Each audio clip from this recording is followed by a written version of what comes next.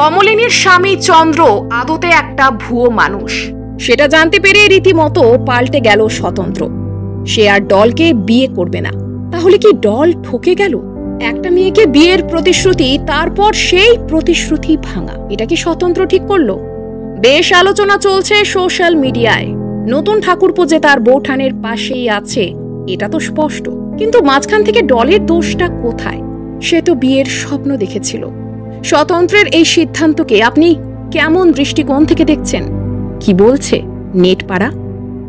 অনেকেই কিন্তু স্বতন্ত্রর এহেন সিদ্ধান্তকে সাপোর্ট করছেন। এক অনুরাগীর কথায়, স্বতন্ত্র একদম ঠিক করেছে, পরিস্থিতি অনুযায়ী সিদ্ধান্ত বদলে নিতে হয়।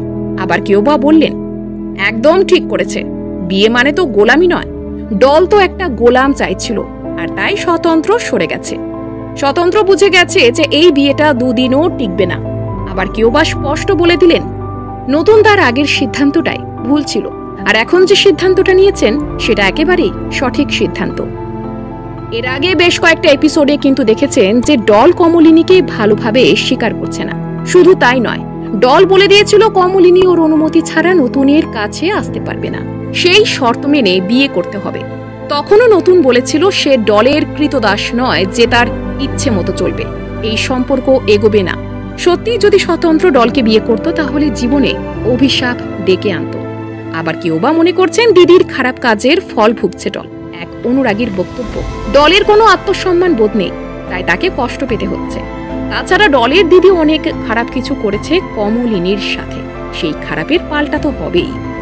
আবার একজন রীতিমতো যুক্তি দিয়ে বলেছেন, শুধু স্বতন্ত্রের বেলায় নয়, আমাদের সবার নিজেদের জীবনের ক্ষেত্রে অত্যন্ত ভেবে চিন্তে সিদ্ধান্ত নেওয়া দরকার। কারণ বিয়ের সিদ্ধান্ত সারা জীবনের ব্যাপার। পরবর্তীকালে পস্তানোর থেকে আগে জেনে বুঝে বিয়ে করাটা অনেক ভালো।